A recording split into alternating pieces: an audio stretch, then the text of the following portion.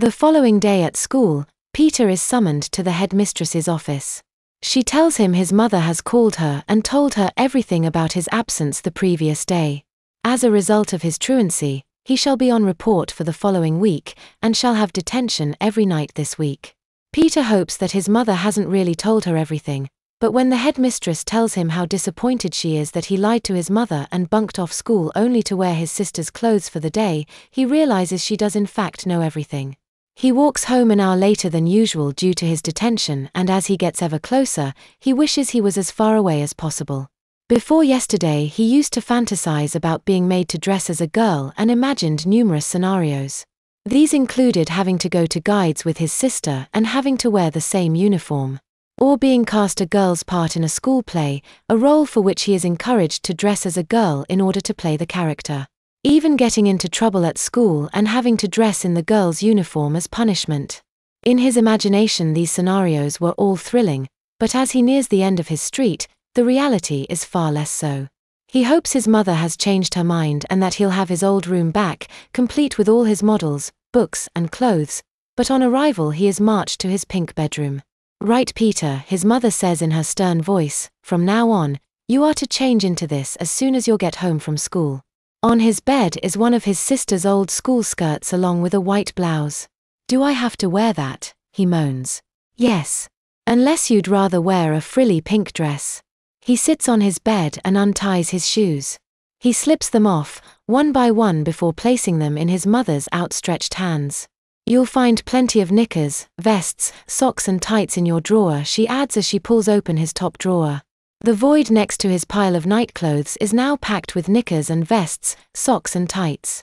He fearfully peers in as his mother removes a pair of knickers, a vest and a pair of socks.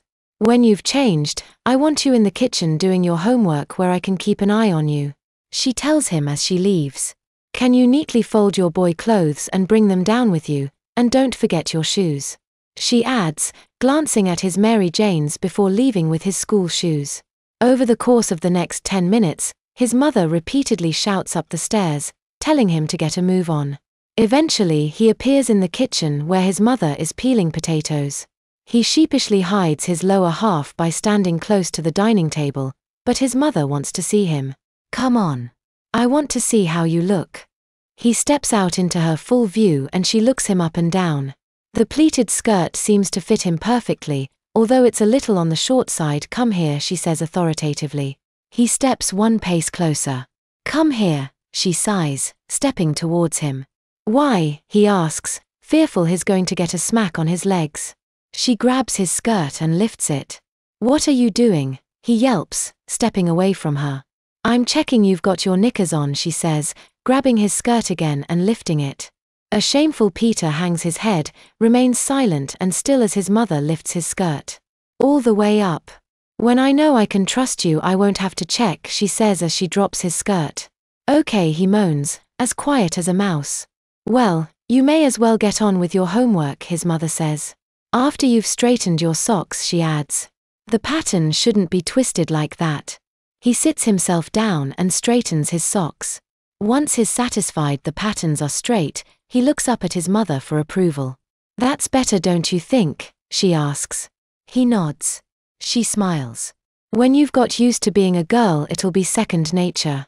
"Do I really have to dress like this all the time?" he asks, again. In no uncertain terms, his mother replies in the affirmative. He decides now is the time to stop asking. His fate appears to be sealed. As he gets on with his study, his sister pops in and out of the kitchen and sneers at her thieving little brother. After her fourth visit, Peter sheepishly asks his mother, "Is Jenny still really mad at me?" "Yes. But I think if you could at least tell her how sorry you are, it might help." "I said sorry yesterday." "Well, maybe you wasn't convincing enough," his mother replies. "Why don't you give it a try now?" "Now?" he asks. "Yes.